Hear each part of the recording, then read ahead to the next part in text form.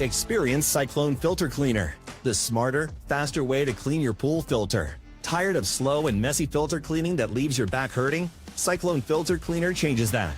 Now you can clean 4 filters in 15 minutes. Designed by pool pros, its spinning action reaches deep into every pleat without you bending over. Just connect your hose, slide the filter on, and watch the magic happen. Clean smarter, faster, and easier with Cyclone Filter Cleaner. Hey Pool Pros, tired of roasting under the sun in gear that doesn't hold up? Revved Up Apparel has your back with SPF protected apparel made for the pool pro. Want to stand out from the competition? Done. No minimum orders, no inventory stress. We handle the design, posting, printing, and fulfillment, so you can focus on the grind. Whether you're a single pooler or managing a whole fleet, this is how you gear up smart and stay sharp. Check out revvedupapparel.com. Built for the pool pro, designed for the proud. This episode is brought to you by Skimmer. Trusted by over 30,000 pool service pros across North America, Skimmer software helps you save time, grow revenue, and boost your 5-star reviews. Whether you're just starting out or owning the market, Skimmer's easy-to-use tools and expert support have you covered. Upgrade your business in 2025 with Skimmer. Visit getskimmer.com/tip of the day to try Skimmer for free for 30 days. Vac Bags, a global brand that's locally owned and operated, providing pool debris bags to pool guys in SoCal, so your pool can be debris-free for the weekend. More info at vacbags.com, VACBAGZ.com.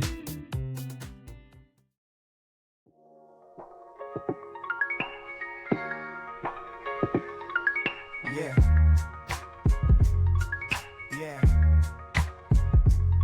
Now sit back, relax, and enjoy the ride, and listen to the big homie Pete the Pool Guy. Dropping game, keep it real, put the knowledge on deck. From backyard pools to collecting them checks. Ain't no gimmicks, no stress, just some free flow talk. Breaking bread, building up, gotta walk that walk. From the chlorine to the hustle, every move got a plan. If you work it the right way, you can level up, man. Pool Full Podcast, let's vibe. Game so deep, let's ride. From the valley to the masses, we know.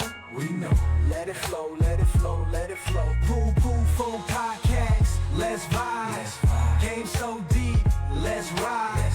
From the valley to the masses, we know. Let it flow, let it flow, let it flow.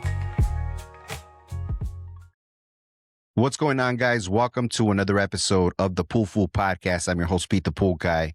You already know in this episode, we talk about pools, business, and everything in between. Also, we like to get to know the guests that we have on the podcast, their stories, their struggles, what they go through, and that this way we could all grow together in regards of the business, grow together emotionally, as in our walks in life and so on. So on today's episode, I have a real special guest here with me. His name is Michael, and he's with Limping Elk Pools. Mike, how you doing, brother? Good, man. How are you? I'm good, man. Thanks a lot for being on the podcast. I appreciate you taking the time, brother. Absolutely. So first podcast, so I'm a little... Is your first one? Nah, Yeah, man, it's a never done. conversation. That's all it is. We're just having a conversation, two guys. It's just that it's happened to be recorded, so everything that you say will be used against you in a court of law. That's the only thing. But anyways, let's get to know you. Let's hear your story, where you come from, what did you used to do before. Let's go. All right. So, yeah, like you said, my name is Michael. I'm from here, Southern California, Inland Empire. Gosh, been here most of my life. I grew up like all around the Inland Empire, 21 different schools, like from kindergarten to graduation. It doesn't count any like colleges or anything like that. You guys moved around a lot or what? Yeah, a lot. Like every 6 months or a year or so, like new place. And How come? people ask. Normally people go, "Hey, were your parents military?" And I go, "No, they're drug addicts." There we go. That's where I was gonna head to, military. Yeah. So, you gotta. I don't know. Maybe it kind of set me up later for later in life to be able to kind of like adapt to different situations quickly and stuff like that. Yeah. So, If you don't mind Yeah. talking about it, how was it living with parents who were addicts? I had to. had to grow up like really fast. A couple of different things. I was a real fat kid because I kind of had like this like food anxiety. I talk about it kind of lightly, but like I've literally had to eat out of dumpsters before. Like I would go behind the Del Taco by the house, me and my brother, jump in there and see what they have because a lot of times, like if it sits on the heater for too long, they gotta get rid of it, and they don't like open it up or throw it all away. Yeah. It's packaged, and so uh, You did that out of necessity because there wasn't food at the house, or because you were just yeah, hungry, or you just love to yeah, because eat? both. No, there were both, right? Like, cause like um, yeah, I definitely like to eat, but no, because there wasn't food because priorities were in different places, so I had to learn. There's there was bad to it, right? And like you experience trauma from all kinds of different things in your life, but I also learned a lot, like MacGyver type skills, like I was always worried, like, hey, are the lights gonna be on today? Um, I learned to I learned to talk with people because I could kind of shield myself from embarrassment by like if I answer the door and kind of maybe step outside and talk to whoever was out there from a young age, you know, then the door's not open and they don't have to smell the weed in the house. And forever growing up, I'd say maybe until sixth or seventh grade, I always thought that's what it was. I thought that was it. And growing up, like, in the 80s and 90s, we all, with the dare and stuff like that, this is your brain on drugs. We always thought like the weed was like the worst thing ever. Yeah, I mean, it's not what I want for like myself or my kids now or anything like that. But it wasn't as bad as now I realize it wasn't as bad as what it could be. And what I realized later on what it was is there was also like a lot of meth. There was a lot of meth Hmm. going on. Um, and I had no idea. I had no idea. So I was exposed to a lot of things, worrying about, oh, are we gonna pay the rent? Uh-oh, the landlord is walking up, and maybe if I could go like put a smile on and make him laugh, maybe he won't kick us out today, or that sort of stuff. Did So that happen a lot where you felt like you had to step in for your parents? all the time. Oh, absolutely. Yeah, yeah. So yeah, it's kind of you know, and I say that stuff too, but I want people to know too, like that, I've and this was my stepdad and my mom. Um, I actually got to finally meet my dad at 18 years old, like later on in life. Me and him have a good relationship today. Matter of fact, him and my stepmom are coming over right after the podcast, and we're taking my youngest bowling. So do Nice. that. Yeah, You mentioned it yeah. was her So birthday, or it's gonna be her birthday? yeah, on December 3rd, it was her birthday. She turned 10 years old, right? 10 or 29. Tell her happy birthday. Tell her happy birthday from us over here, bro. Hey, Pete the pool guy says happy birthday. Pool podcast, bro. She's my little road dog. Like the kids, we Yeah. do a charter school. So Monday, Wednesday, Fridays, the kids go to school. Well, now it's a different schedule for my son who's in high school. And Tuesdays, Thursdays, her mom and I take turns. Thursday's my day where I'm her teacher. Right? There's scheduled curriculum and we know what to do, but we sit down and we do it. And, either me or my wife or um, we do the paperwork with her and we do, we read all kinds of stuff. And life gives you a lot of opportunities to learn too. I can't tell you Yeah. how much chemistry these kids have learned listening to podcasts and also, like just life skills too. Like we listen to like a lot of Pool Nation stuff and talking about business things. So there's a lot of opportunity for them, just and general responsibilities. Like I have a pool right around the corner from my house, and that's my son's pool. He's 15. That's his pool. I have him in Skimmer as a tech, and he's got the app. And every week I transfer the pool to him, and he grabs what he needs, and he walks around the corner, and he does the pool. And every now and then I go check on him, Wow. and he comes home, and he's looking good, damn. How old is your son? He's 15. He's Yeah, 15. yeah, yeah. He's Yeah, he's yeah. I have getting a his drive. 15-year-old too. Yeah, boy or girl? Yeah. Boy. I have a 17-year-old girl and a 15-year-old boy. Yesterday, I took my daughter with me to go clean some pools. I had some pools I had to catch up on. And after those pools, I had to Yeah. go do some repairs. So I was like, and she's my ride or die. She's my Yeah. and she oh, every time she comes with me, bro, I have a blast. So me and her knock it out, boom, boom, boom, take care of the pools, and then I drop her off, and then I want to go do repairs. But it's a beautiful thing to have your kids, man. Have your kids involved in the business. Yeah. Yeah. You ever get anybody? I don't know how long you took Yeah, them yeah, out yeah. there with you. You ever get any customers who like, can you not bring your kids? You ever get anybody like that? I've Me had it happen too. twice. Yeah. One of them hit me with like that they're a liability. If they Yeah. get Yeah. hurt, if something happens, makes sense. I get it, respect it. I didn't take them back to that house again. You know, I completely respect it. The other one was more of like, I hired you and I wanted a professional. I didn't hire kids, you know. And I told them I accept, and this was before. This was a couple years ago, and I was like, but you hired me and I'm a family man and I'm trying to teach my kids to be responsible. This isn't me using them as child labor. This is me using it as an opportunity for me to teach them responsibility and a way of life as well. Yeah. Yeah. I've had that happen once, and they were they're a big like they were like a richy rich family. You know, like the several boats and the big land and fixed it. Is it a problem if you don't bring your kids anymore?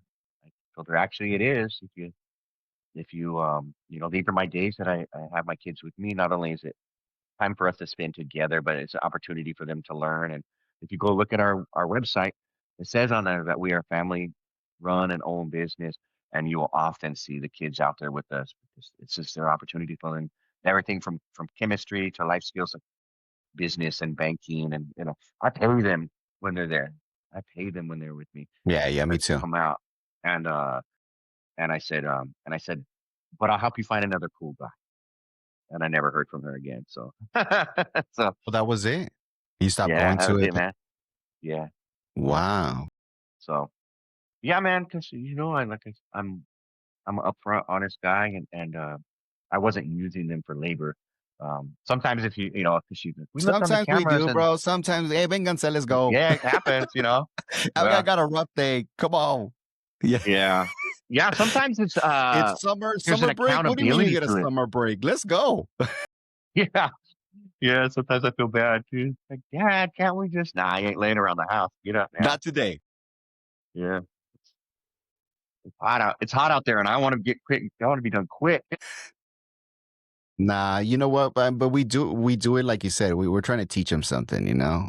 And also, like, I remember I took my kids. I took both of them. They were on summer break, and I took both of them with me to go do my route. It was a 25 pool route, and it was a hot day. And my wife said, "Make sure they have their water." Yo, Mama Bear was making sure, make sure they eat, make sure this. I was like, "Babe, I got you. I'm not gonna be eating in front of my kids, and they're waiting in the truck. You know, like, I'll take care of them. Come on." You're like, funny thing, I've got three kids, and they're all still alive.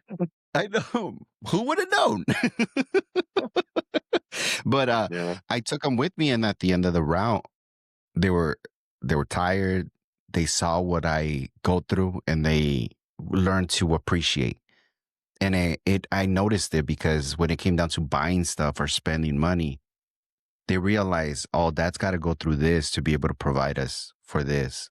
So there yeah, were a lot more, understanding with yeah, certain things. yeah. Yeah, My kids have a lot of definitely. gratitude. They say thanks, Dad, like every night at dinner, every night, and it's not like a requirement I have. Or Yeah. hey, thanks, Dad, because they know. I don't know about these kids nowadays, bro. Oh man, they're a lot better than what we were. Yes, we say we're tougher. Yes, we say this. We're like, because we grew up with parents that were either hit us or with this or with that, and it's like we had to learn to be tough and we had to learn to survive. And we say, man, these kids they wouldn't be able to survive. But these kids have a really big heart. Like a lot of these new kids, bro, that are coming up. I speak for my kids and their friends and how I see, hello, Mr. Palo Alto. Hello. They're very respectful. I'm like, man, I'm like, these are good kids. You know, in the world now, there's a lot of things like diversity, or what do you call it, like DEI type stuff, or you know what I mean, like inclusion, Inclusion. Yeah. like where for. I mean, how old are you, Pete? If you don't mind.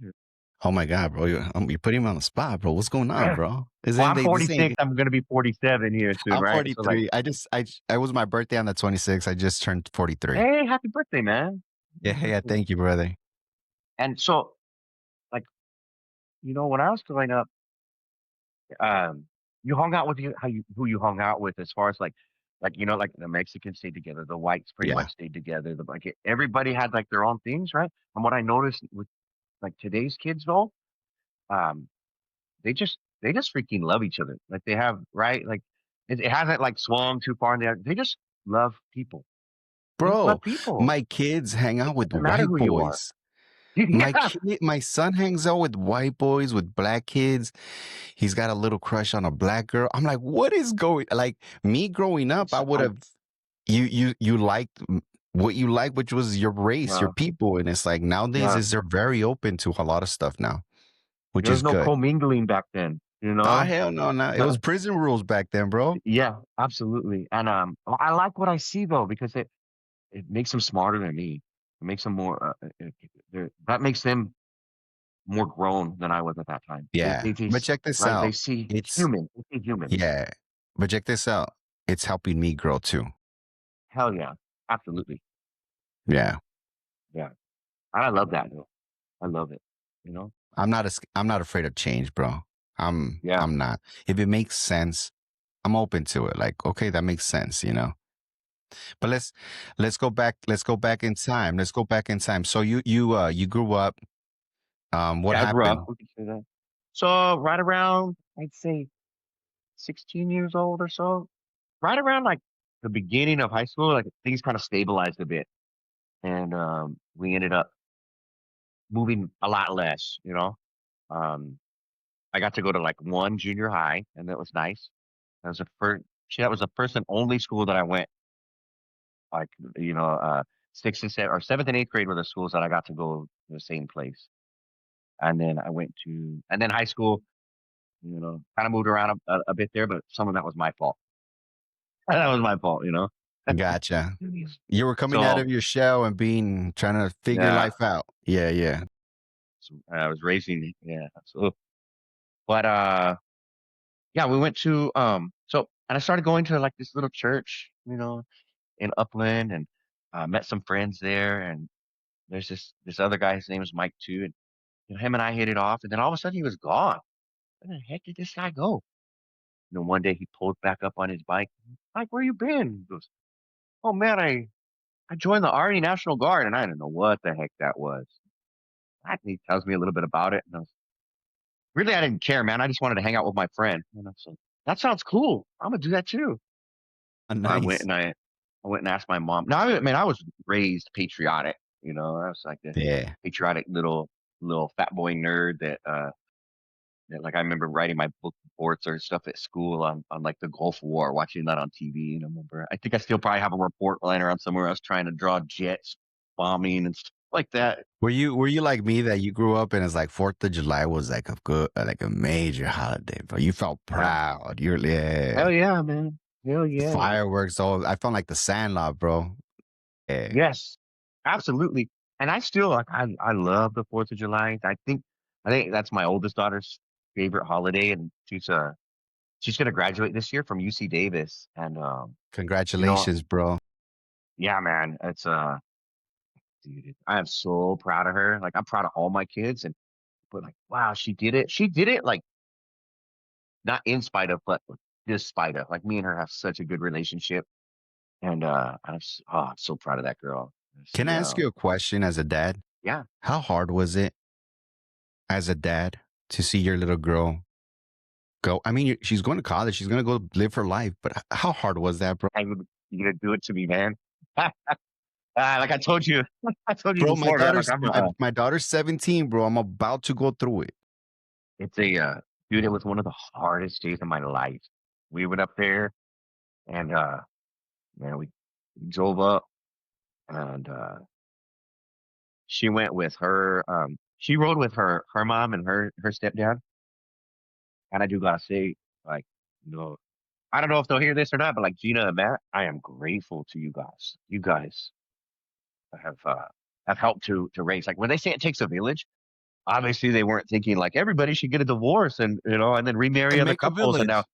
yeah, Yeah. and now to make your own village. And now here it is, Michael and Olga, and Matt and Gina, and yeah, dude, I got 3 kids and 2 moms, and 3 wives. You'd think Yeah. I was Mormon or something, but uh, that's a joke, man. I'm just joking. Let's put a disclaimer out there. Yeah, right. It's just a joke. I don't hate anybody. No. But anyways, dude, yeah, dude, my son. So it's been 4 years, and dude, first of all, it's gonna fly. Like right now at 17, man, it's gonna be really hard for you because she's gonna probably she right? It's your She. daughter, yeah. Yeah. She's gonna she's gonna want to be going out, and I saw the writing on the wall. Like, oh, shit, man, she's leaving. She's leaving quick, right? And she ain't looking at any place close. She didn't even apply to UC Riverside. You know, Mm. the one thing I said to her, I was like, "Hey, man, I'm applying to Berkeley." I was like, "You better hope you don't get in because I'm not going to tell you any of my information for UC Berkeley. Anywhere else, but you can get." Uh, but she got accepted to all kinds of places, and um, and she's just crushed it, absolutely crushed it. Um, she's but that day, that drop off day, it just How long did so you cry, miserable. bro?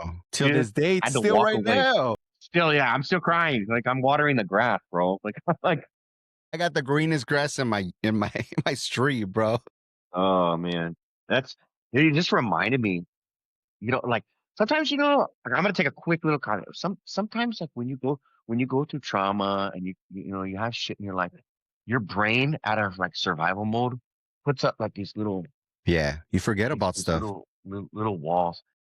And speaking of like watering the grass and crying, when I was in Iraq, my like I was really scared because my daughter was born while I was in Iraq. Well, technically, some shit went down. First of all, Um, we're not just gonna pass right by that, man. we're not. Thank We'll you go for back your to it. services, Absolutely. bro. Yeah, for Yeah, sure. man. Yeah. It was really an honor and a big part of my life that I'll never forget and I never want to let go of. Um, but yeah. So while I was there, I got to what I like my wife at the time would send me pictures, which was nice for me. But obviously I'm not gonna forget my daughter. But she would show pictures of me to her like all the time and tell her like, "This is dad, this is daddy," Mm. And some shit went down like in the towards the beginning of our deployment, and so right at 3 months, I got to come home and on my leave, and it was like perfect timing because that was right around the time that my daughter was supposed to be born. And so I get to the airport, and dude, I used to be a wild man back in the day. And so she goes, so I get to the airport, finally, like on a commercial things, like getting like to an actual like back to Kuwait where we're gonna actually like get a fly to Dallas or wherever it is we're gonna go. They it was like it was an ordeal, but once we were there, it was cool. And so I got there, I got on a phone, and they like if you're in uniform back then and stuff, back then when it was still everybody was still real patriotic. You're in the airport, man. It was like I was like it's A crazy. People were celebrity. handing me like, yeah, people were handing me like chocolate covered frozen bananas. Here, use my cell phone. Here's a phone, like all kinds of stuff. I'm like, what is going on? And so and then they like, I feel like somebody just kind of pushed me into like the Admiral's Club, like over at like Delta or whatever it was. There they are. Like I got this great shower. People just handing me glasses of wine, and I'm wow. And finally, I get my then wife, my daughter's mom, on the phone, and I'm like, "Hey, I'm coming home, and I'm so excited." And she kind of sounded like sick, and I'm like, "What?" She goes, "I'm in the hospital." What? What's wrong? Are you okay? And she goes, "I'm having the baby, you fool." And I was like, "Oh." And so I was like, "Oh my God." So I'm running all over the place and I'm trying to, cause my ticket home was for like, I don't know, in 6 hours or something. So I ran back to the counter. "Hey, I'm having a baby. You got to get me home as soon as possible." They let me on the plane. They got me a first class seat, took me home. And then before the plane landed, the flight attendant was like, "Hey, we got someone special on board, and we got you guys like let him get off. He's about to have a baby." They took care of all my bags for me. They just opened the door and I went Wow. running. My stepmom was there to pick me up at the airport, rushed me to the hospital. Literally, like I walked in the door and they were like, "Get ready, here she comes." And I walked in the door, No dude. way. I was there. I was there, Oh, bro. that's I was there. I awesome, gotta cut the bro. cord. I gotta cut the cord, and I gotta spend her first 2 weeks with her. I didn't get to cut the cord, bro, for both of them. No, No, the doctor just did um, it. Like they didn't even say anything. I was like, "Eh, isn't that something I'm supposed to do?" yeah, Yeah. it's a special thing, and things have changed like since then. So then with my other two, my son was he was born a little bit early, and so it had to be an emergency procedure, C-section. and yeah, and so what was weird is like they did that. Well, then they're still taking care of mom, right? The doctors and nurses and stuff, and they're like, "Hey, you're up." Clean the baby up. They're like, "Take off your shirt." And like, anatomy, like skin to skin's Yeah. gonna be good for him. I'm like, this is weird. Here I am. I'm not the I one was that's so gonna breastfeed. What's going on here? yeah. I was the first one to hold the youngest two, because then the same thing. It was scheduled for my youngest daughter, but the same thing. There I am, no shirt again. I'm like, what are my friends gonna think? Screw your friends, bro. That's a I know, beautiful man. time. Yeah. Yeah. And so anyways, you're gonna cry a lot, dude. I had to like we got all her stuff in there and I held it together and then next thing you know, I'm like in the common area trying to hold it together and then like I gotta go say goodbye to her. And I gotta walk and I'm going and then I notice my my son's right next to me and both him and I are just weeping.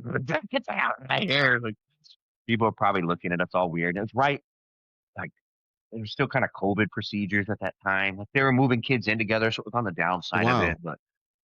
Um, but there was still everybody. She had to go get uh, testing before she could move into the dorms and all. So yeah, man. Now and then all of a It's some sudden, it's something I'm not really looking 4 years forward later, to be honest. yeah, you want them to grow up and be a Nah, productive member of nah, society. You know, nah. I want her to be yeah, here, bro. like just stay, just stay. Just stay Yeah, here. I'll take care of you. I don't like just yeah, if I'm being honest, but I know obviously you want him to do all that stuff, but yeah, yeah. man, that's Now wild.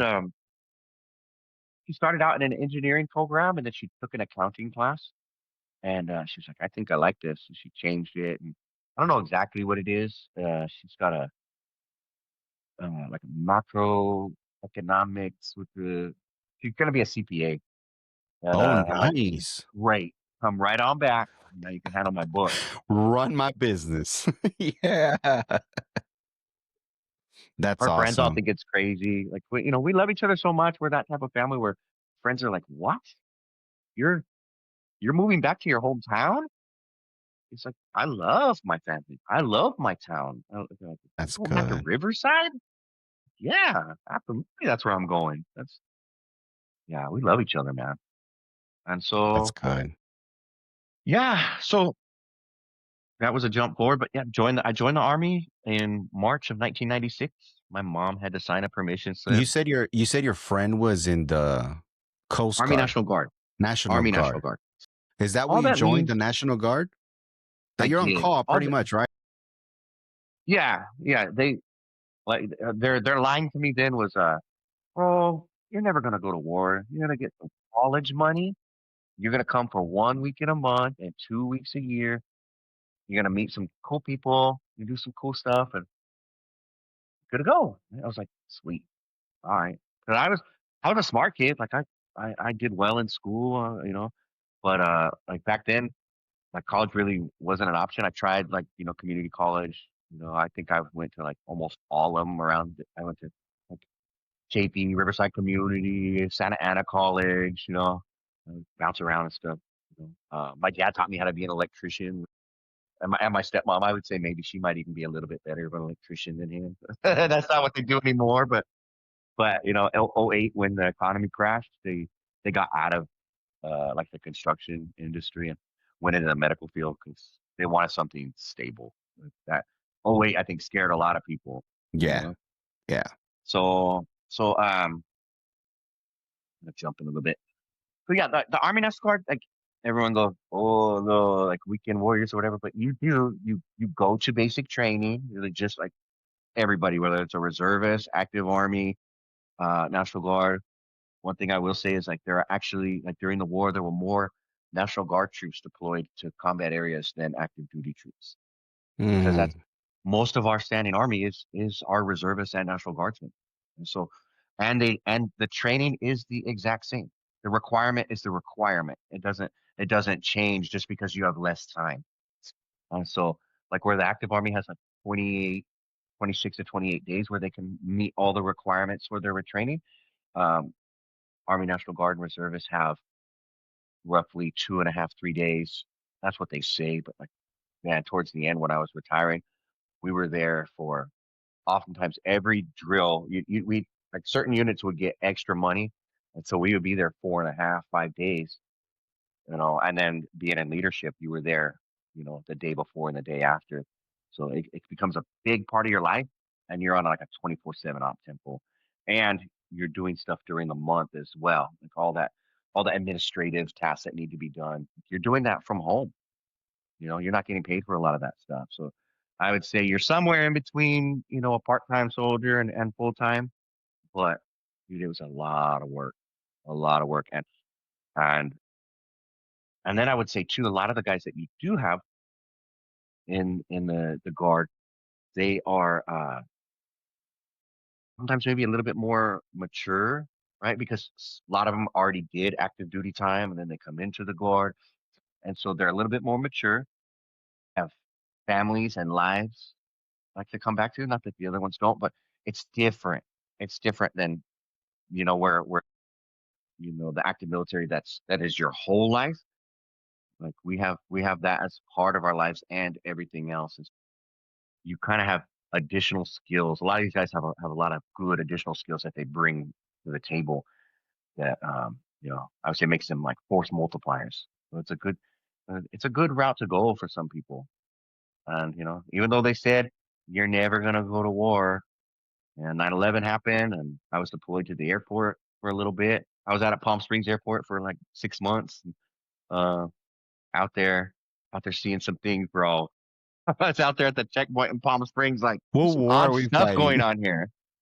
There was, I was like, I remember being there one day, standing there with my weapon, like, looking at these people come through, and dude, I love everybody, and I don't care. It was just a different thing, and I'm seeing these people. I see a lot of cowboy hats. I see a lot of different things that resemble parts of what a cowboy would wear, and then somebody finally goes, "Hey And man, some you got like missing a look on your parts. face." Apparently there was like the International Gay Rodeo Association that was in town or something. I was like, it's, It I takes love it, it man. takes some getting used to, bro. I've Yeah, been here in the desert for minutes since I was 4 years old, bro, and I still get yeah, something you gotta get used to. man. And you know what though? Like like I said though, like I make a joke, but it's a like dude, I love all people. Like, I love all people. I don't Right. judge people. You're gonna be what you're gonna be, and I've had it, bro. But anyway, so I did that, and then I came home for a little bit once that deployment ended, and started going to college again. I became a dialysis tech because I always had an interest in the medical field, and a lot of my family had done that. Started working like that, and then and I was looking to getting out of the army. I was looking at my ETS coming up, and then right before I was about to get out, um, I realized like, you know what, man, I think I should stay because I started hearing, no, no, no. I re-enlisted to deploy to the airport. So I thought like I could get some extra money, do some college while I'm there, whatnot. And then, but that kind of bit me in the ass a little bit because then all of a sudden you're not out, and we're going to Iraq, so get ready, bro. So, yeah. What did you do in Iraq? So my my MOS, my skill set, I was on tanks. It was like on that big ass M1 Abrams tank, and but then when we went to Iraq, What we did you thought that's do what on tax? Work on them, drive them? What did I you was a do? gunner on a tank. I was a gunner on a tank, and that's why we spent a lot of that extra time that I tell you about. It's because gunnery is not easy, dude. There's so much that goes into it, and if I'm honest, I hated tanks. They are cool watching them, the way they move, and how fast this machine can go, and They look you can, uncomfortable, bro. dude. They scared me all the time because it's just this giant hunk of metal that like when I was a loader on the tank, you know, get in there and slam open the door, get around, shove it in there, and then get in the corner because the gun could have boom come right there. And dude, I Damn. hate this. And then every time you stop, you gotta dismount, check your tracks, check your fluids. And I'm like, bro, this sucks. I hate this. And then, as it turns out, when we went to Iraq, I thought that's what we were going at. But there ain't a lot of roads, suitable for tanks out there. So, Mm. and the type of mission that we were doing. So, they made us an infantry provisional unit, and so we got backfilled with guys who were actually infantry, and had trained for that. Later on, when I came back from Iraq, spoiler alert, guys, I didn't die over there. No. When I got back, it's actually when I went to infantry school and and learned the skills it takes to be a combat infantryman that I had already done for a year, but to get qualified. So, but that was our mission over there. We What is we it? Explain that for somebody that doesn't know. infantryman is like your basic rifleman. You're the tip of the spear. You're the So guys you were you that clearing close with buildings? and Were just you? yeah, absolutely. Yeah. So the infantry's mission is to close with and destroy the infantry in a combat environment, and um that's what we would do. Sometimes it would mean that we would get a tip and we needed to go like cordon off an area and you know uh, go take whoever was in that building and for questioning. Sometimes it was on the fly where we would receive a lot of like incoming fire, like maybe it'd be mortars or missiles or RPGs, that sort of thing. Um, the area that we were in at first was a place called Fob Kalsu, and I always tell people like if you look on a map and they talk about like the time when we were there, the Sunni Triangle was like the dangerous spot to be in, and on the map it went up like Baghdad, I think maybe like Fallujah, then like Iskandaria, like somewhere like we were on the bottom right corner of the triangle. Mm. And when we went over there, I'm like, we're a bunch of National Guard guys. Like they should put us somewhere where maybe a little less combat, maybe a little less like getting shot at and missiles and things like that, right? But no, bro, we they call it RIP, relief in place. We ripped the 82nd Airborne, and for me, going like growing up and being patriotic and stuff, like the All Americans, 82nd Airborne's like those guys were like the freaking heroes. They jumped out of planes and they wore the maroon berets and had the shiny boots with their trousers like tucked into and bloused into their boots. And those are the guys. Those are oof. And then all of a sudden I was like, wait, we're replacing who? These guys. These are the guys you see in movies, bro. Yeah. These are the guys they make. And Yeah, I'm like, you want me to do that? yeah, I'm like, dude, I was just in Corona the other day, like on lunch, I was like we over there in dusted Palm up. Springs. Yeah, like like do they have like the pancake house there too? Like what time are we going home? Like, dude, it was just like I can't believe it. I cannot believe that this is happening. But like I told you, like, you got guys that either did this before. We're all trained. We trained for like 90 days or something before. In addition to, we've been training for years for this. And yeah, man, like so we got there and we handled business, dude. We handled business when we were there. We lost some guys Yeah. and it was awful. It was awful. May 25th, 2004 was probably one of the worst days of my life. But we lost a lot of good people then, good men. And So you actually uh got to get shot at. You actually shot oh yeah. and you actually saw people, Yeah, yeah. People ask like, "Well, what was it like?" And I say, remember that scene from like Armageddon? Mm. Like when they're asking him, when he goes, "Well, what's it gonna be like?" And the guy from NASA starts telling him all this stuff, and he goes, Well, scariest environment imaginable, right? Scariest environment Yeah. imaginable. That's what it was, man. It's scary. It was scary, and and then like I'll say this, like right now, a lot of people, oh, so that's what a lot of people think, like that's what caused your PTSD, your issues, or your um yes and no. Like really, what a lot of it is, I always kind of make a little joke of it, like I don't know how it is for officers, but for enlisted men and women, you know, um, you don't necessarily run off and join the military because you have a great life at home.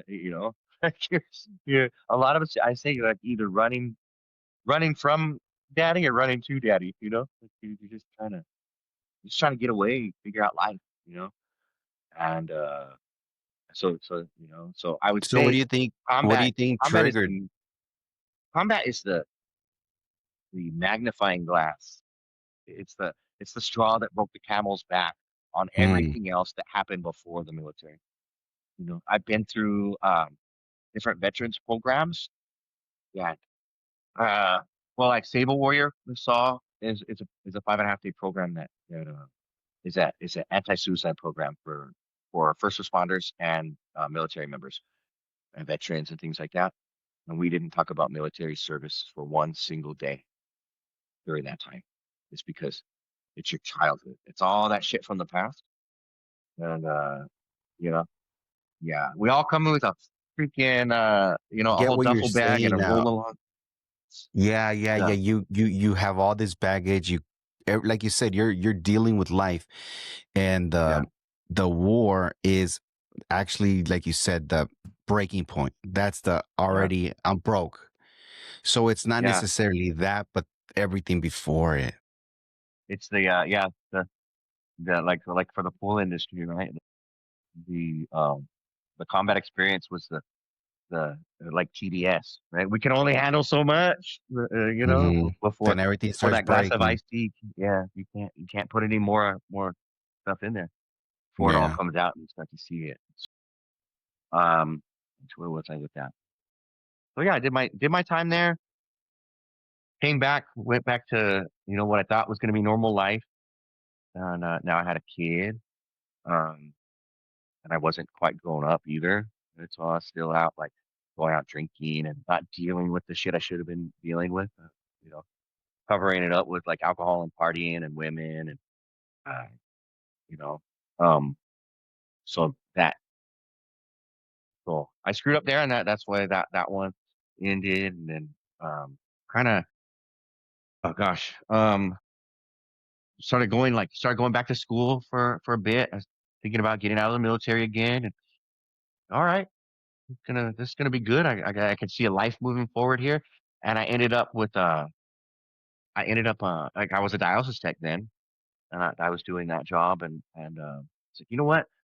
I had heard that if I become a medic, I could use that experience to later on become a nurse, right? So I Mm. advanced my civilian career and stuff like that, and so I had them. I asked if I could like, transfer my MOS and go be a medic. And so they sent me out to Texas. I didn't know that you could so I had been in the army for like 9 years at this time, been to combat, seen it all. And the guy who set up my school for me was like, you gotta there's no like there's no school that you can go to just to become a medic.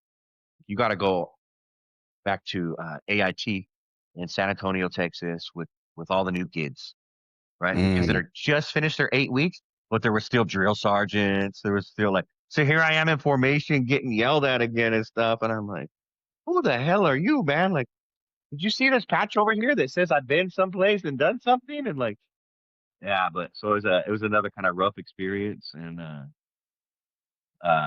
but overall good. And so I became a combat medic and then from there finished that, came back home, realized like, oof, this is, even though sometimes it's just the weekend paycheck, but it was right around like when the economy started to go bad, like in '08, and I kind of saw the writing on the wall. Like I better reenlist again because this is I may need that extra money. right? Because things weren't going great for the economy as a whole. So I stayed again, and that just kind of snowballed. It went from like I was going to do a quick 6 years and get out to end up doing a full 20 years. 20 years. 20 years, 6 months, and 1 day. Yeah. And What made you finally get out? well, if I could go back just a tiny bit, Yeah, yeah, I handle, ended up, handle. I ended up, the reason for the economy thing is just because I had a friend and he was like, "Hey man, if you need extra money, he goes, it's kind of a weird thing to say to sign up for, but over at the Riverside National Cemetery, um, they have an honor detail there. If you volunteer for it, but they'll pay you a stipend, right? Because everything is broken down into like 4 hour blocks. And so they'll pay you a stipend based on your rank. You go out there, they'll train you, to show you how to do your uniform, because the honor guard uniform is set up a little bit different than the regular uniform. And and you do funerals. You do funerals all day. All right, I'll do that. I don't have a job right now, so I started doing that and ended up staying there for I did that for a little bit of time and then ended up as a part timer, and then they hired me full time on what you call state active duty. Um, and I did that for 8 years, doing roughly overseeing. I didn't perform every funeral at the end. What I was doing is I was overseeing funerals, like roughly 300 a month, anywhere from 2 to 300 funeral every month. And it's not everyone goes, "Oh my God, is that bad over there?" No, no, no. It's you got to remember, like towards the end of my career was a time where a lot of World War II veterans and Korean War veterans Mm, were dying, and they earned that right to have honors and to be buried and to be remembered. yeah. One thing I always told my guys too, and we did do a lot of KIA funerals and honors. We did do a lot of those. Um, we did do a lot of plainside service where we would go and receive the remains for army veterans who were coming home who had lost their lives or maybe unfortunately even had taken their lives. We would receive that body and then do a dignified transfer from the plane to a funeral home, and then later on provide those honors for the soldier and their families and things like that. So I folded a lot of flags, presented a lot of flags, bro. Um, but for me, like that wasn't such a like, oh, this is so hard. For me, it was felt blessed every day. Um, kind of weird when I like cemeteries, especially military cemeteries, because a lot of them, if you go in there and you look, and if you look up and down a row, it's all dress right dress. You can stand in the middle of a cemetery and you could see headstones to your left and right, all perfectly aligned, diagonally, all perfectly aligned. In addition to like all of the memorials that they have there, people, oftentimes they raise money and they erect statues in honor of this or that. They have the Medal of Honor memorial over here at the Riverside National Cemetery. Um, the grass is always perfectly trimmed. There's beautiful trees. There's lakes, and it's just I don't know, man. It's to me it was peaceful. It was really really peaceful to be able to like provide that service. It was an honor for me to do that. I did that for 8 years, and then at night I was going to school. I eventually got my master's degree, public administration. Um, all paid for. Like I didn't come out with. I had no student loan debts or anything like that. It was it was a it was a hard time, but it was a good time in my life. It was like for then, you know. Mhm. Um, all leading up to the stuff where I wasn't dealing with stuff well, and so why I got out was towards the end, man. I was struggling. I was struggling, and nobody knew it. Nobody knew it. I was this happy guy. Everyone could like I put on this face, this mask, and everyone thought, and I had it all together. I had achieved a lot. Um, One of the reasons was is I was always said like if I didn't get promoted on my first look, right? Because you got to have points and attend schools, and you got to build your resume, and then there's a board, and a bunch of people who are senior to you sit down, give you points based on, what you've done, accomplished, and things like that, and what you look like on paper. And man, so I had made it all the way up to I was an 11 Zulu. That's an infantry first sergeant, and and I was like, all right, like, if I make sergeant major, I'm gonna stay in, and sergeant major's it, right? You can't go no higher as an enlisted man. But I'll stay in if I get it, and I didn't get it. There were 15 slots available for the sergeant major's academy, and I was number 16 on the list. And I also kind of had a mouth on me. Mm, I was that guy that, like, I don't care how we've always done it this way. It's not the right way. I shouldn't have to go, hey, we're gonna check out this range, so we can go do our weapons qualification. Make sure you take a 12 pack to so and so. So, like, I don't got to take a 12 pack to that guy. That guy's got to do his job. That's what he's right. here for, right? And so, but I was a little bit mouthy to certain people, and and if I thought you sucked at your job, I was vocal about it. You would let them Uh, know. so yeah, so being number 16th on the list for 15 positions when I should have been in the top. I should have been in the top five. When when I was where I was at, I got a call from a friend of mine who has influence there, but he wasn't there the weekend of the boards. He had family stuff. He had like the influence, and he said, "I should have been there, Mike." And I was like, "No, no, you shouldn't have. I should have." You don't want to. Oh, I'm not a political guy, but man, I should have played the game a little bit more. It is what it was. I was spinning around the drain at that time, man. It wasn't something that I should have.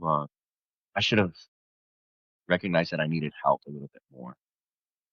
There were some things that were going on that, I was drinking a lot. I would say not an alcoholic, and I wasn't an alcoholic, but I was definitely using alcohol to numb at that time. You know, uh, long story short, I was already out. I was, I could see it coming, so I better put in my packet and retire. And so I did that quickly. Um, and then I had checked myself into the VA because I wasn't doing good. It's like, I need some help. So I went in there and I was there for maybe 2 days because I did, and the guy says, and I said, you know what, I'm gonna leave here tomorrow. I don't think this is the right help for me. The VA does a lot of things right, and I appreciate them. Our local VA here at Loma Linda is, for the most part, like, phenomenal. They do a good job. They provide me with the treatment I need for everything. Right. One of the reasons that I can survive in this business and make headway in the pool industry is because I get free healthcare. Like, I earned it, right? So that's one less of a thing that I have to worry about, um, because of my level of disabilities from the military. My kids also can get Champ VA, and so that's like a supplemental insurance. You know, uh, so it makes it a little bit easier to survive, like, in the business world like that. But But yeah, anyways, definitely. That's less money out of you pocket. know, yeah, and plus I'm retired from the military, and I have my VA stipend that comes in every month, so it helps me to be able to probably grow faster or be able to sustain myself a little bit longer while I've established myself. And so I'm super, super grateful for that. But back then, 2016, um, it was, dude, like, I would say, like, the mental health part of the VA wasn't exactly where it needed to be. And so two You days know what? into that, You're not the first one to say that. I out here in the desert, I have a lot of military friends, and that's one of the biggest complaints that they've always had is that. yeah, yeah. So they either want to, they do what they know. They do what Western medicine said, like, here's a whole bunch of pills. And so that was the reason actually why I ended up there, is because, uh, they give you all these pills and, like, take this for this, and then when you have this symptom, you're gonna take that. And so I'm on this, I'm on all these pills, and I feel nothing. That was the problem. Is it wasn't that I felt so like sad or depressed. It's It's like just I felt numb. nothing. And then the other side effect was everything is like a lot of those pills, like um, you know, affect your ability to perform. I'll just say that, and here I Hmm. am. I'm a man and I have a wife and I can't do nothing with this thing down there. Like, of course I Hmm. wanted to kill myself, right? Like, Right. I know I make light of it, but it's so I went there for 2 days and I was like, this ain't for me, bro. Like this spot. And I told my caseworker, I was like, I'm out of here tomorrow. And he kind of laughed at me. And I was like, bro, he goes, you're not going anywhere. Like, listen, like you think like that I didn't do my research and know, like I knew what I was coming into. I was like, I just needed a little bit of help, man. And this place isn't it for me. Like, so tomorrow when we all meet, meet with the team, I'm leaving. He laughs. Like, no, you're not. All right. And there's certain things that they can hold you for on a 72-hour hold. And it's like if already if you're way too far gone and you can't take care, if you're a danger to yourself or others, Right. if you have a plan and the ability, the means to make that plan happen, to take your own life. And I didn't have any of that yet. I just knew that I was getting to a place where it was looking scary. And so yeah, I left. I was out of there. And he was mad, bro. That guy was mad. He was spicy about it. And but then when I got out of there, um, certain things there's no coincidences. So when I got out of there, I get a phone call and there's this guy in the line. Who's this guy? And it was this guy named Brian. And he was with Save a Warrior. And they offered me to come. I can't even remember filling out the application to this day. I feel like maybe somebody filled it out for me. I don't know, man. But either way, I ended up out in Malibu for 5.5 days and did a bunch of crazy stuff. You know, I'm out there with doing equine therapy with horses, bro. Oh, You wouldn't believe. I learned how to meditate without yoga with horsing, dude. sheep. Have you heard of that one? Or No. with goats? I mean, with goats. Have you seen that? Oh, yoga would go. Yeah, I've seen that. That actually was like one iteration that they used to do as part of it. Because I did see a friend on Facebook. He had posted some things, and I was like messaging him, like, "Bro, why you got a chicken on your head?" I'm like, what's going on? So they teach you So you're trying different stuff. trying different things, yeah. And so they taught a lot. My plan was my plan, straight up, man. And I don't make no bones about it. My kids have heard all these stories now because I think it's very important. It's like I think as a society we are getting better with mental health, right?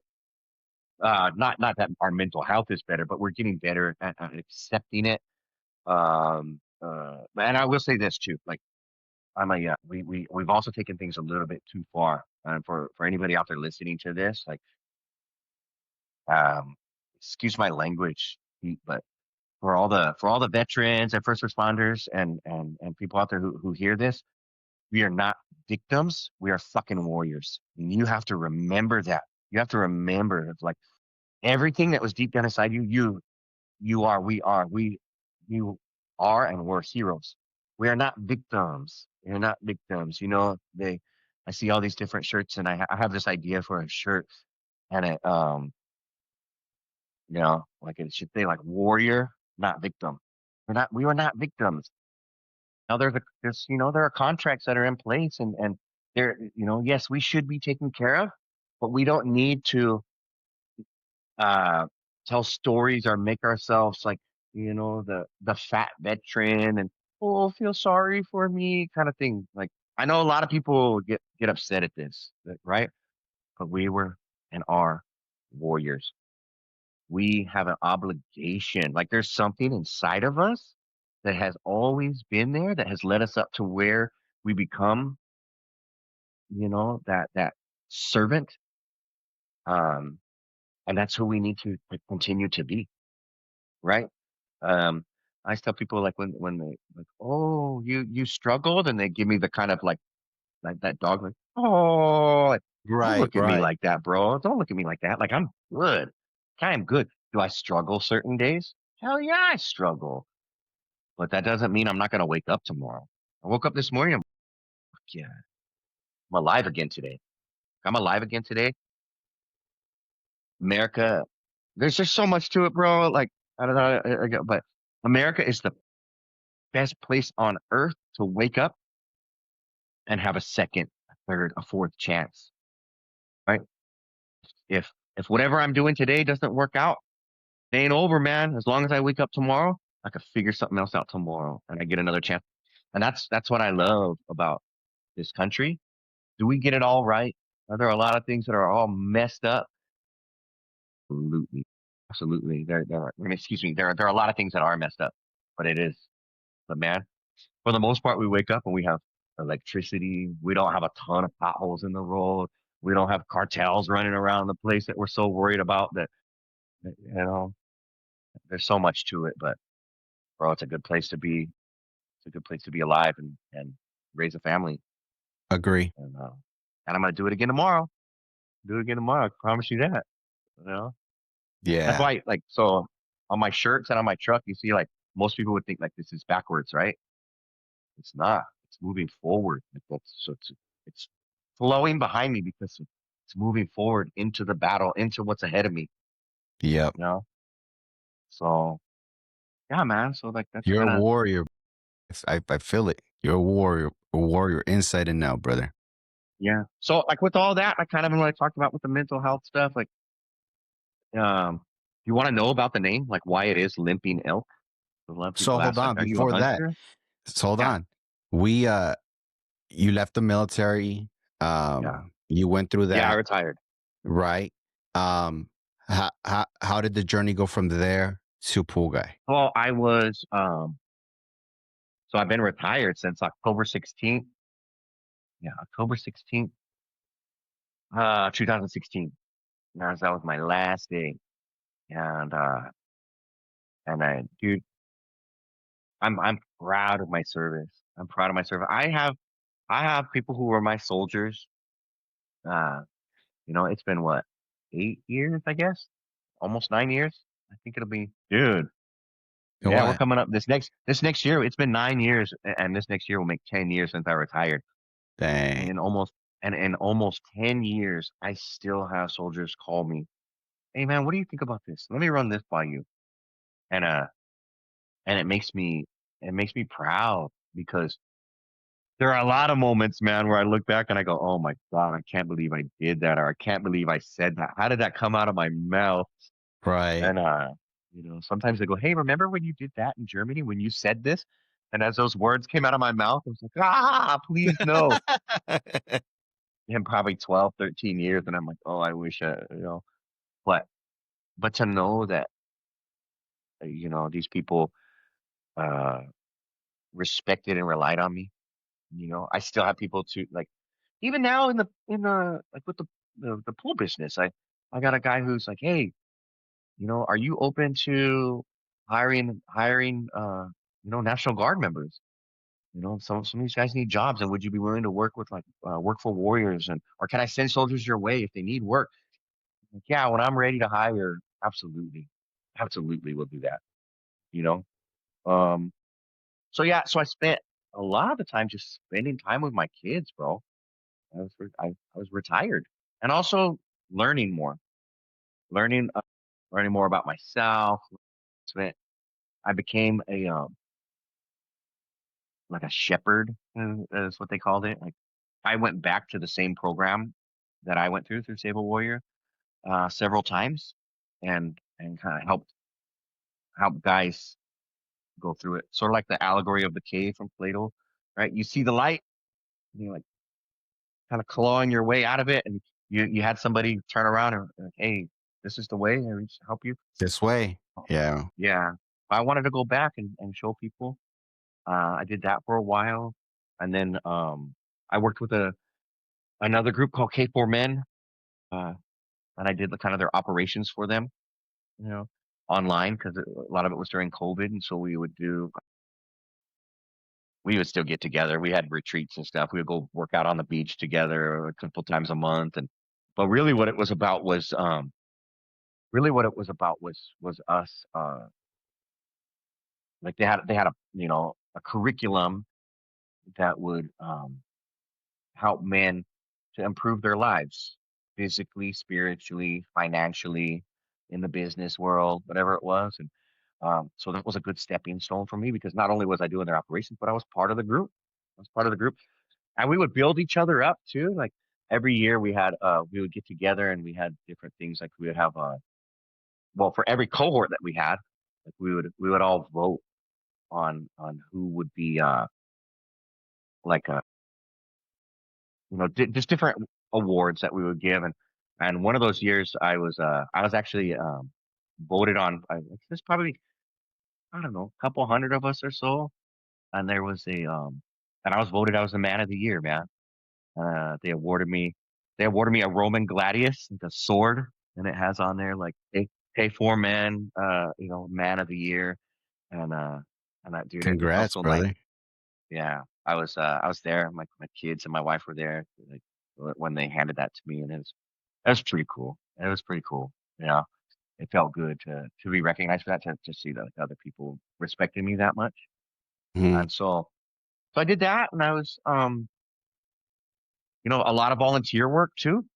A lot of volunteer work. I sometimes will go over to right here by the base. There's like some like low income housing for veterans, and I think U.S. Vets was running it at the time, and we would go over there, sometimes help out in their pantry. Sometimes, I've taken my whole family over there, and we repainted rooms for them and things like that. Sometimes like they talk about like, oh, take this pill, or talk about it, a lot of talk therapy and things like that.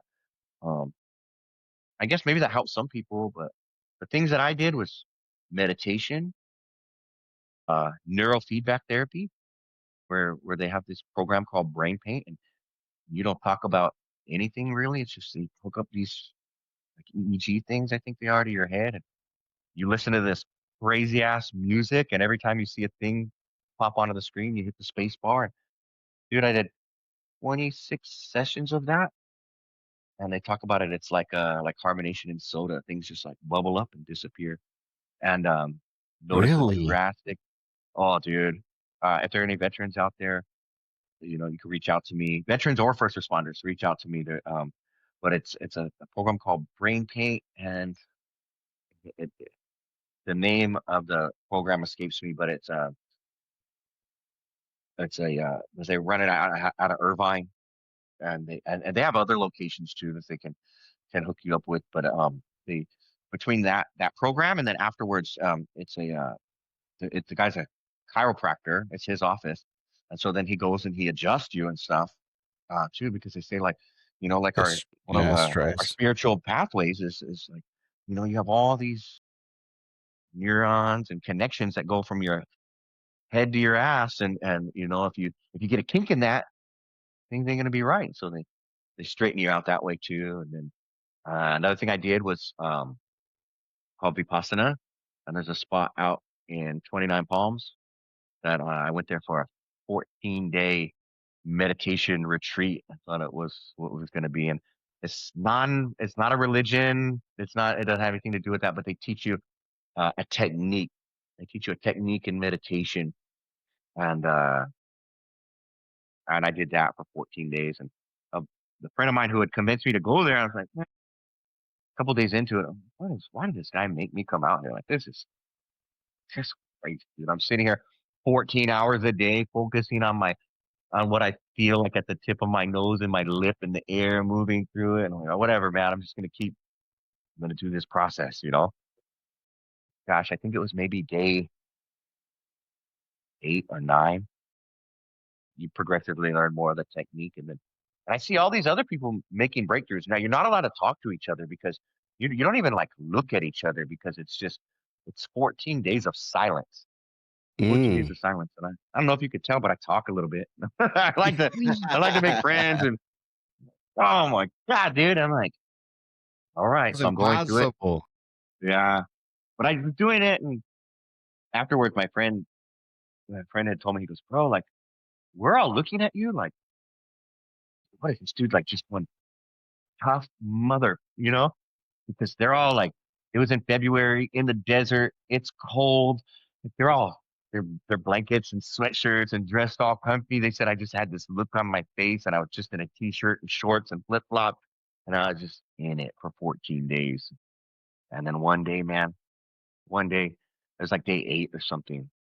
It's just like something came to me. It's like I had a vision, like of a jukebox that appeared, like an old school ones that they would go and the record would come out, Yeah.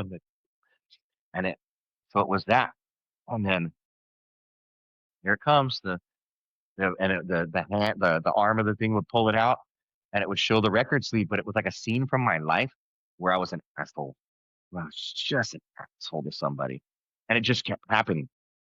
Here's another greatest hits of Mike being an asshole to somebody. I'm like, next on like, oh my God, dude. And then finally, like it just seemed like it was going for hours, and it was like I like just like kind of called out to God, like, all right, I get it. I'm an asshole. I'm the problem, man. And as soon as like I called out like that, it was like in an instant. And you're also the solution. Wow. You're also the solution. Like everything in life, I've been given enough, or I have the abilities, have the tools that I can also be the solution, right? And there's more to it than that. Wow. So that's what That's I've been doing, powerful, man. bro. So then I was like, and then recently, over the last few years with inflation and stuff, like it was okay to things the way they were, but I was using my credit cards too much and things, and all of a sudden my daughter's away at college and my son is 15 now and growing. Like I think he's gonna be taller than me pretty soon. And I'm like, dude, the money is not going as far as it used to. I think I need to figure something out. So um my son was like, we should start a business. Like, all right. So California has this cool thing. It's called the Disabled Veterans Business Enterprise. And I've been listening to different podcasts and all these business people going like janitorial services are where it's at. And so I got certified, I got my business registered and certified with that. And I was like, I'm gonna go get government contracts. And but I don't want to clean for other people or clean somebody's offices. Like it didn't, like it wasn't working out. Like didn't get a single contract. And then hey, you need something? Okay. Sorry. And so we end up so I had made close friends with my pool guy at the time, Ryan. And I'm so grateful to him, man, because I started out with a pool that I called the largest above ground pool west of the Mississippi, bro. I had bought this thing used from another army guy, and but those above ground pools, the equipment that they sell with them, It's garbage, bro. garbage, absolute garbage, trash. So I went and I started buying on my own used Pentair equipment, and I bought a DE filter and I bought a pump and all this stuff, and so I started to learn a little bit about pools, and you know how hard it is for people to find a pool guy who will do an above ground pool. And Right. he says, I do not do above ground pools. He goes, well, there's something about you, bro. And me and him became friends. And he serviced my pool for a couple years. And then he stopped because we built a pool. And so then we got an in-ground pool. And then I was like, I'm going to do this myself. Right. And then I He's went like, away. great. Wait a minute. I do all the hard stuff, and now you got a underground pool, and now you go on to do. Yeah.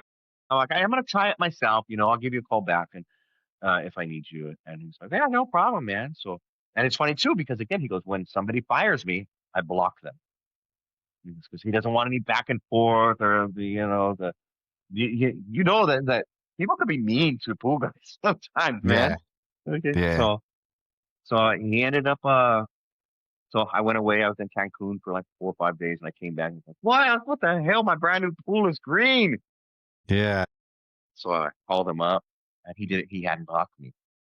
So I was like, do this, and this, and I'll start again next week. Cool.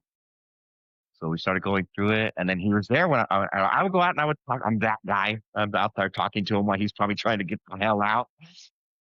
And so I was telling him what I was going, and he looked. He goes, "Hey, Mike, I make pretty good money, right?" Like, what? You're a pool guy? He goes, no, bro. Like, this is a good industry. It can be hard work. And he showed me his FreshBooks account. I was like, what? And he goes, I can train you. He goes, I'll train you. So I went out with him for 2 full days. I set up a Yelp account, and after 2 days, he was like, "You got it." I had swam in high school and stuff. My grandparents had a pool, so I knew a little bit. Plus, like messing years for with this above ground pool. Uh, uh, all right, we'll figure it out, you know. And then from there too, like I met a guy, Alex Hernandez. I was coming out of what do you call it? Pool and water supply, I think, PWP, I think, over here in Riverside. And I was walking out and I see this guy in his flip flops and shorts, and then I look and he's got disabled vet plates like me. And I was like, "Hey, you're a veteran too?" And we started talking, and he goes, "Take my card and call me." And me and him have become such good friends. And he does like replastering and stuff like that. He does pool remodels.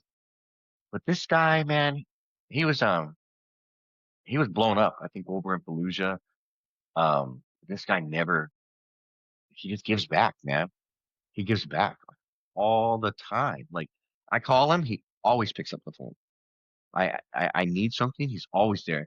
You know, a while back I was out there, I was like, couldn't figure out what was going on with the pool. I had redone the whole pad.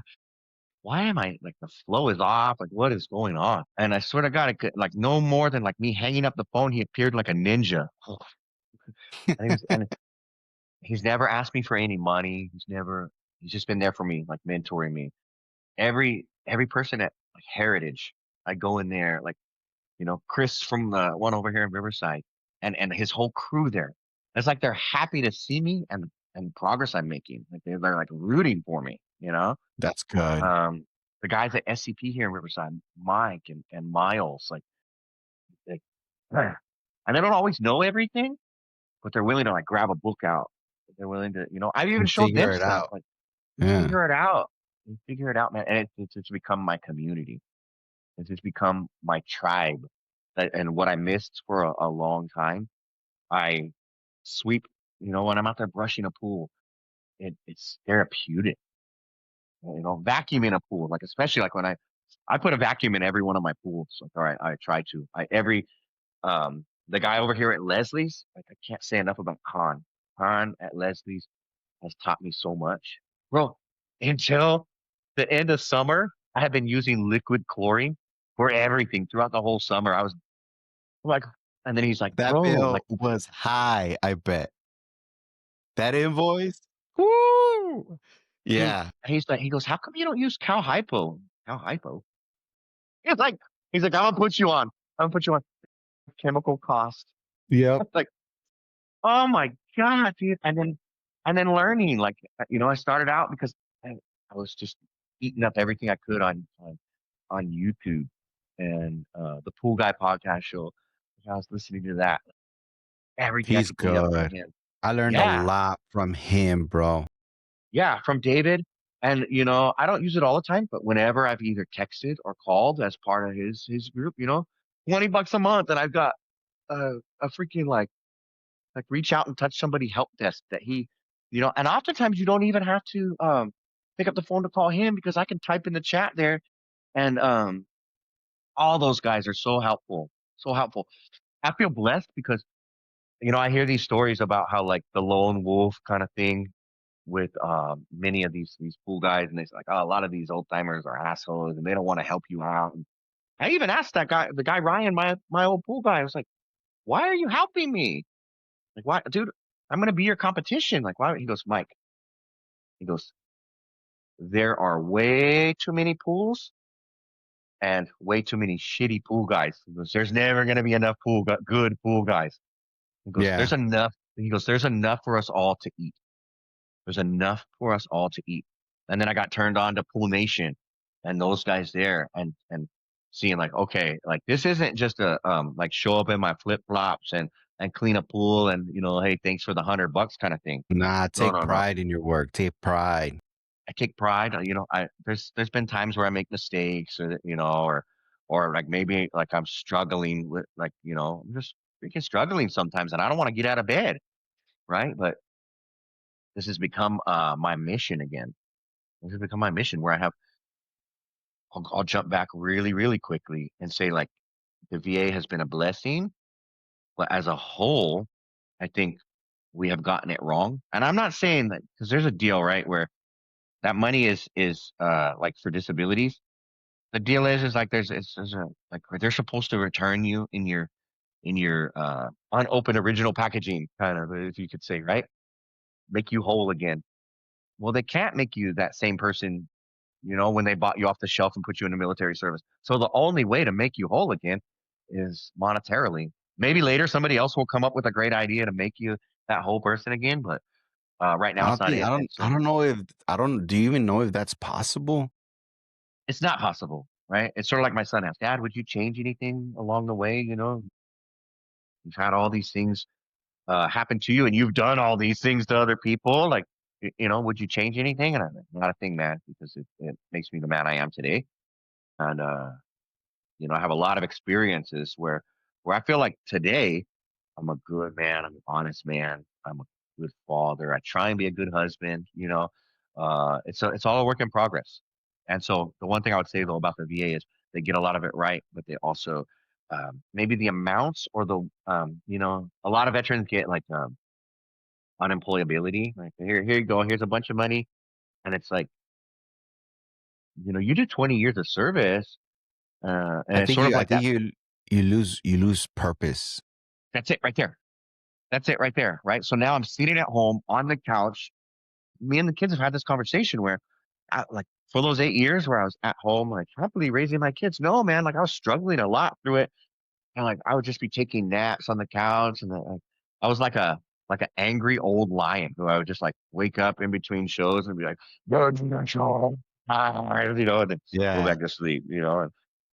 Uh, so the point of that being is like, sure, like, there's an obligation, right? But maybe it's a requirement for volunteer service. Maybe it's they seek out more and just keep going at it. Um where where once you kind of get somebody stabilized, now we transition into, well, here's an idea of maybe you could own your own business again. Or maybe you can have this type of job. Um I would say that I would shy away from guys who have like struggle with mental health, PTSD and stuff like that, going into like first responder work until there's a lot of healing. Hmm. Um, and I would even say that that's really like for first responders, while they're still actively first responders and they go seek help. Um, the sad part for them is just like they might go get some treatment. They might get right back on a good path and be good mentally, but then the next day they're right back out on that job, seeing all that shit again, and that sucks. I don't have all the answers, but one thing I would say is that as men, um, it's in us to work and work hard to have a purpose. For me, thinking like, I think like the way I grew up was like always like, don't break your back, son. You don't want to be like me. Like, don't go out there. You got to go to college. You got to go to college. You got to go to college. And now we have a million different weird degrees that won't pay anybody anything. But man, if you're a man or a woman willing to get dirty and work with these, man, you want to work. There's a lot of money to be made out there, but more importantly That's than the money, those are we're the new doctors, hell the yeah, plumbers, electricians. Yeah, man. bro. I guarantee you, this next year I'll probably make more money than a lot of doctors, Hmm. So right? talk to me about the name of your business. How'd you come up So with it? Once you I decided, all don't. right, I'm gonna jump into the business, do it on my own. How do I come up with the name? It's a combination of my last name, Elkins, right? So Elk in the military, a lot. Hey, Elk. So um, my my handle on Instagram has always been like Michael the Elk Elkins. Uh, and then I've been on this journey. I've been on this journey of getting better, doing the work, improving my mental health, so I could be a better husband, father, community member, that sort of thing. Uh, so that's where the elk comes from. And then while I was at Stable Warrior, they told this story of Iron John. I think back in the day it was Iron Hans. It was like a fable, sort of like Hansel and Gretel, or one of those old ones that that has a purpose to the story, right? Mm-hmm. Uh, I have it right here a little bit because I don't want to miss. I don't want to I don't want to miss something. But so it's a story about like growth, humility, and like earning your strength. And it's a young boy. He's lives. His dad's the king. His mom's the queen. And but they got a problem. It's like there's this lake outside of the kingdom, and every time like one of the animals or like one of the warriors from the kingdom go over there, like a big hairy hand comes out, drags it down to the bottom of the lake, never to be seen again. So it happens so much that the king is like, nobody go near that lake again, right? So everything stops, no more growth. And so after a while, there comes another guy, and he tells the king like, bro, I can solve your problem. I can help you through this. And he goes, I just need 5 good men and tell them to bring their buckets. So, right. So that little community goes out there and they start emptying that lake. They're doing the work together. And when they get all the way and they drain the lake, they see this big, hairy, scary man down there. And they tie him up, they put him in a cage, and they lock him up in the center of the kingdom. And there's a boy down there, the prince, and he's playing with his ball and he loses track of it. And it bounces over by the cage, and the wild man grabs it. The wild man is Iron John, and he grabs it. And the boy says, "Hey, man, can I get my ball back?" And he goes, "Go get the key and unlock me, and you can have your ball back." I can't do that, but the key's under my mom's pillow, right? And this is all like allegory, like it means something, right? And so, like as a boy, there comes a time in our lives when we have to we have to steal the key from under our mom's pillow and go out and learn how to be a man. You got to stop being a mama's boy sometimes and go out and do the work. And the boy's like, "No, I'm not going to do it," but he also really wants that ball.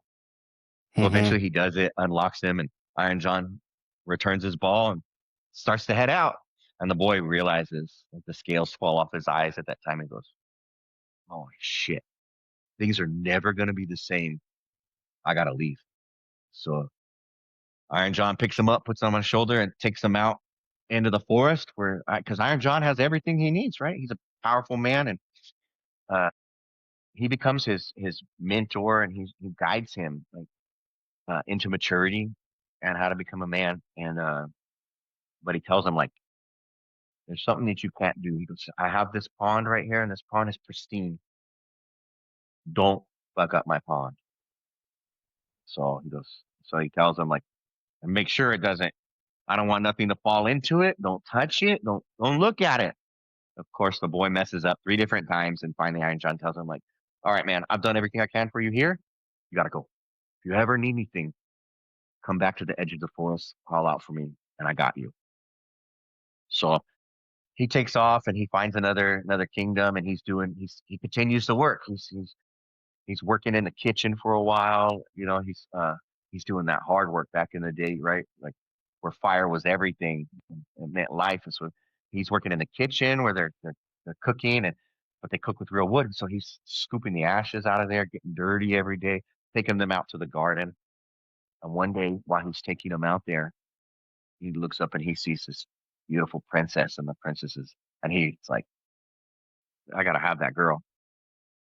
And so, but back in the day, like to win the princess, like you gotta win a competition or you gotta go to war, And so the kingdom's going to war, and as the boy, like he tells the men, he's like, I'm gonna go, I'm gonna fight alongside you guys, want to make a name for myself. And they laugh at him. They're like, get out of here. You don't even have a horse. And so he goes, but I'll get one. So he goes and he tells Iron John, you know, I need a horse and here's why. Right. And so, um, like in mythology, like like the steed, the big black horse, it represents like maturity and power and confidence, right? Like that's the goal. That's everything you Mm-hmm. want in life. So the boy's like, bring it on, give me the horse, right? And he gets this little hippity hop limping horse. And the boy's like, what the, like, come on, man. It's awkward, unimpressive, embarrassing. And but it symbolizes like the early stages of growth, like, right? You got to learn. You're still learning. You don't have everything figured out. You still have to build your toolkit, your skills, your resources. And it's a reminder that everyone starts somewhere. Sorry, bro. It's going to happen again. Eventually, we're going to get that. We're going to get that magnificent warhorse, right? It's all there for us, right?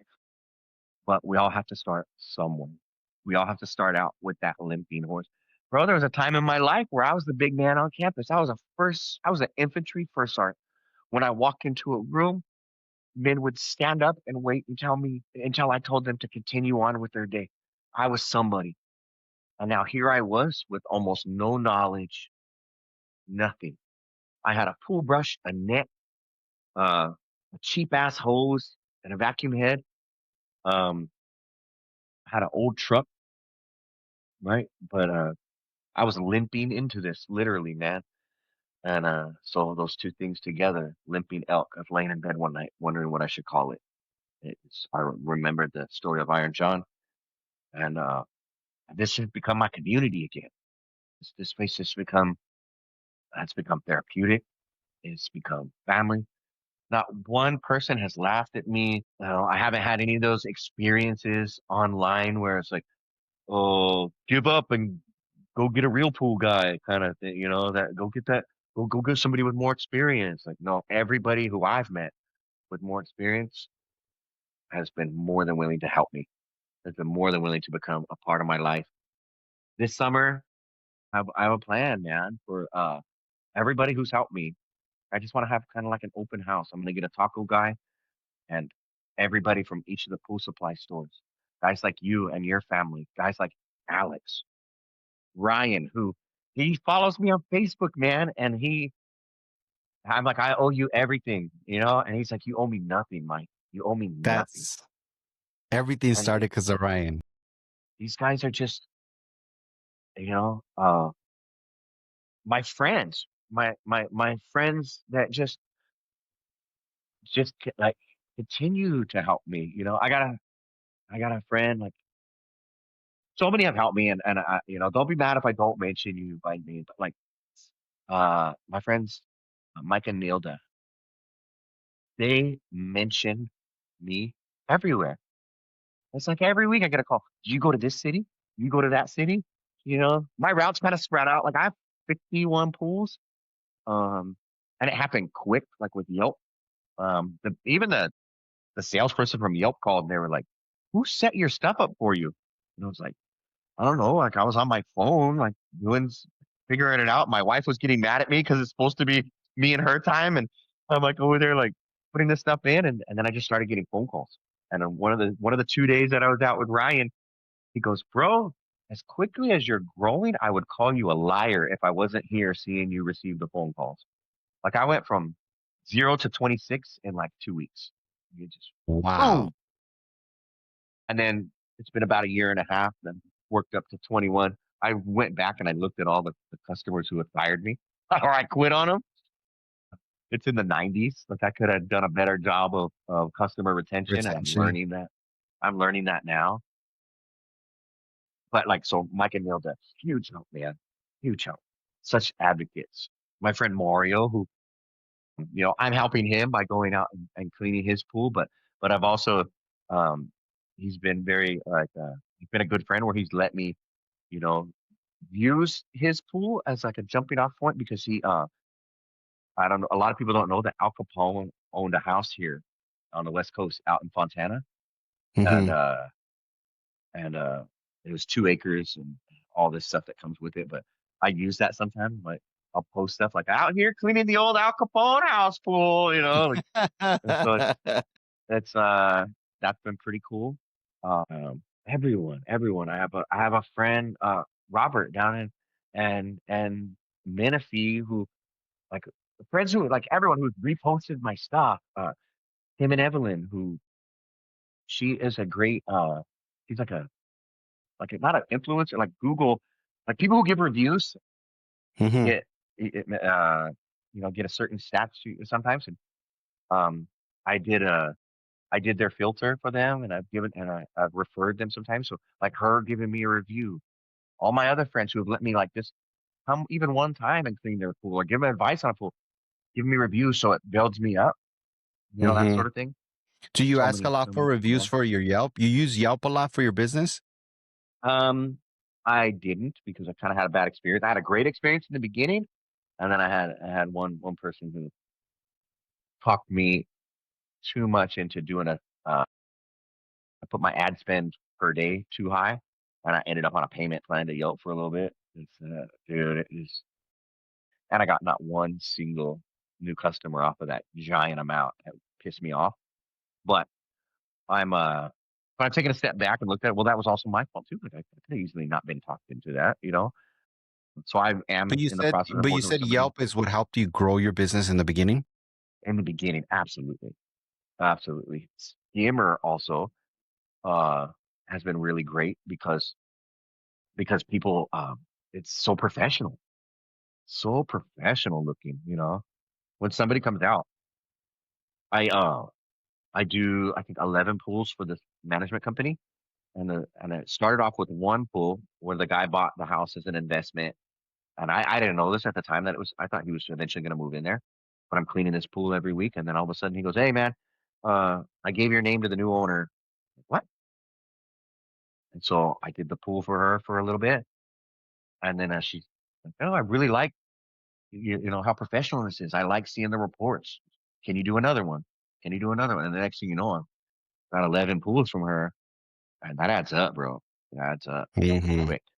Now I would say like, because when something could go bad one day, like somebody might be in a bad mood or something, or I might make a mistake, and that could be like 11 to 0 quick. So I would say make Yeah. sure you're like diversified in that sort of thing too. So that's Yeah, a big definitely. deal. But Yelp's been a big one. Scammer. Um, gosh, 3 months ago, so I hired a business coach, and that's a huge thing, man. For me, I highly recommend that. So like, and then through that, um, it's been a slow process, mostly because of my time and my availability. But like, so I've been able to hire a tech. I wasn't quite ready, but he needed to work, and so it worked out really well because I do a lot of repairs, bro. Like, it's slowed down a little bit right now because it's that time of year, but I do a lot of repairs, and so to help him out, and it helps me out, and I know I want to grow eventually. So the repair work that I end up doing, which could be money just going in my pocket, goes right back into the business where I'm able to pay him. Mm. Uh, so nothing has like fallen off, or I haven't had like struggled like that yet.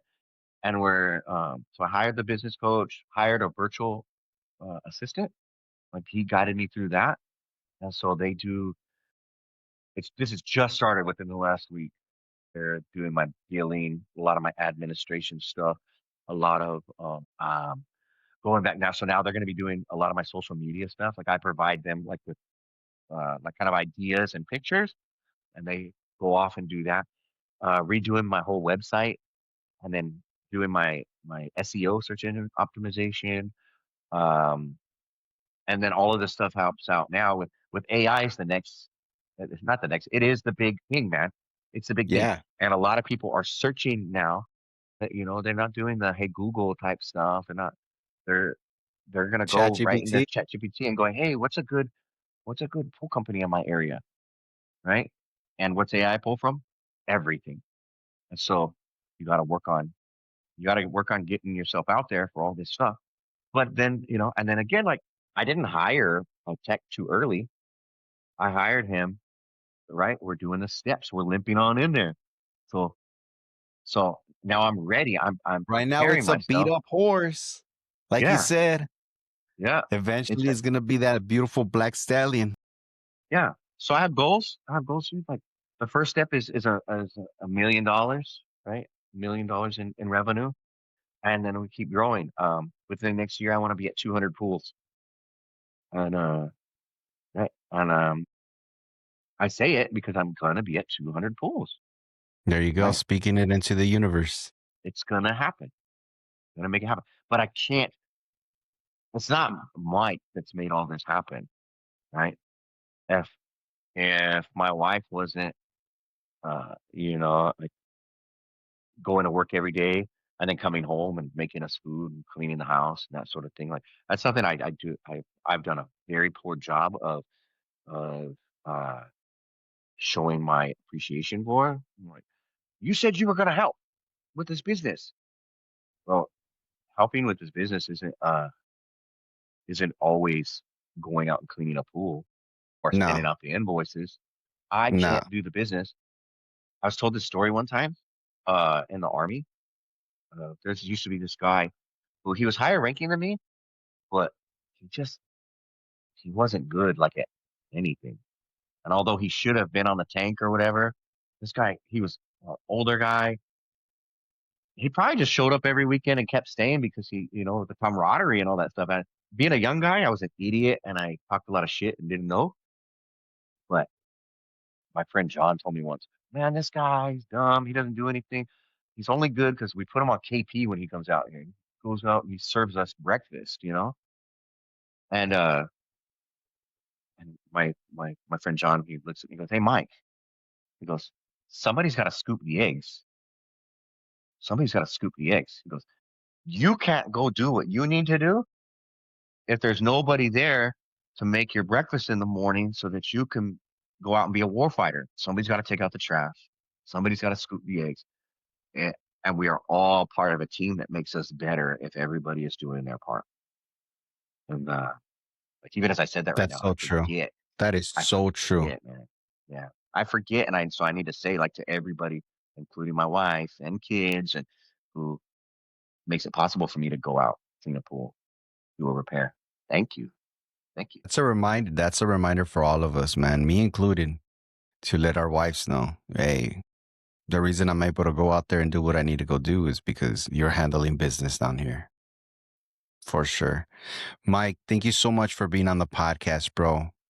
This was a really great conversation. It was really, really good hearing your story and what you went through and how you've accomplished what you've accomplished. And man, I'm grateful, brother. Where can our listeners follow you on social media? What are your tags? So, what is it? Wait, let me pull it up real quick so I don't screw it all up. Let me see here. Where can people find you, man? Okay. People So, are gonna start reaching out to me, and I'm like, okay, you need to find this guy. it's our page on face or on I think it's Facebook and Instagram is Limping Elk Pools. It's all one word, Limping Elk Pools. And then our website too is Limping Elk Pool Cleaning. Or no, excuse me, limpingelkpools.com.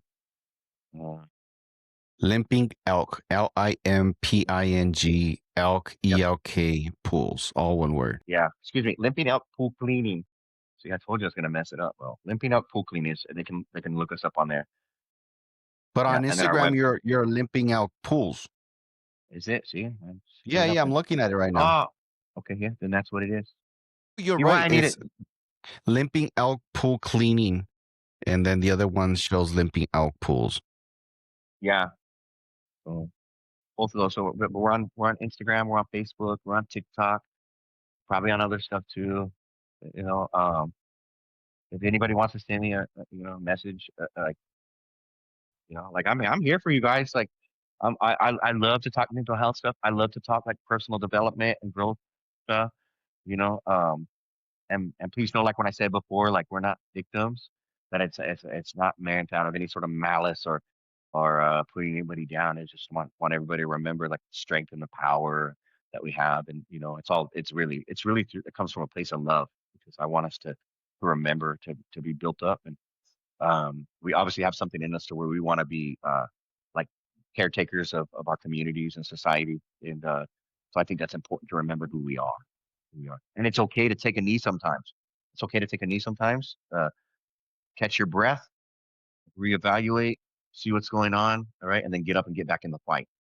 And then while we're down, while we're down on that knee, uh, we have that community to watch our six and help us out.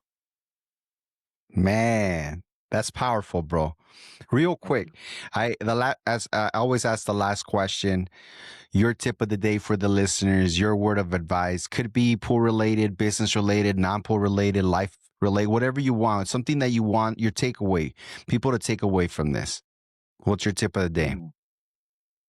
I would say that like as hard as like your hardest day, right? As hard as this, it's hot out there. Um, you know, maybe you're broke. Not, you know, it might be emotionally, physically, it might be financially, right? As hard as any day is, tomorrow we get a second chance. Tomorrow we get a second chance. Just we might not get it right today, right? There are days where can I fail as a dad and a husband? Tomorrow I get another chance, right? And that's not to say like just slough it off. It means you learn from it. You learn from it, and tomorrow you take what you learn and try and be better again, right? And don't carry ghost. Ghosts are freaking heavy, man. Like your past, you have to you have to recognize it. You have to see it. You have to know where you've been, right? You got to acknowledge that. Like those records I was telling you about. I was an Mm-hmm. asshole, but I'm trying every day to be a little bit better than what I was yesterday, and hopefully I am. There it is. All right, guys, you already know. Thank you so much for listening to the Pool Fool podcast. We appreciate you, and we'll catch you guys on the next one. Mike, thank you so much, brother. Love you, bro. Thanks, Pete. Love you too, man. Peace. Thank you. Pool podcast, let's vibe. Game so deep, let's ride.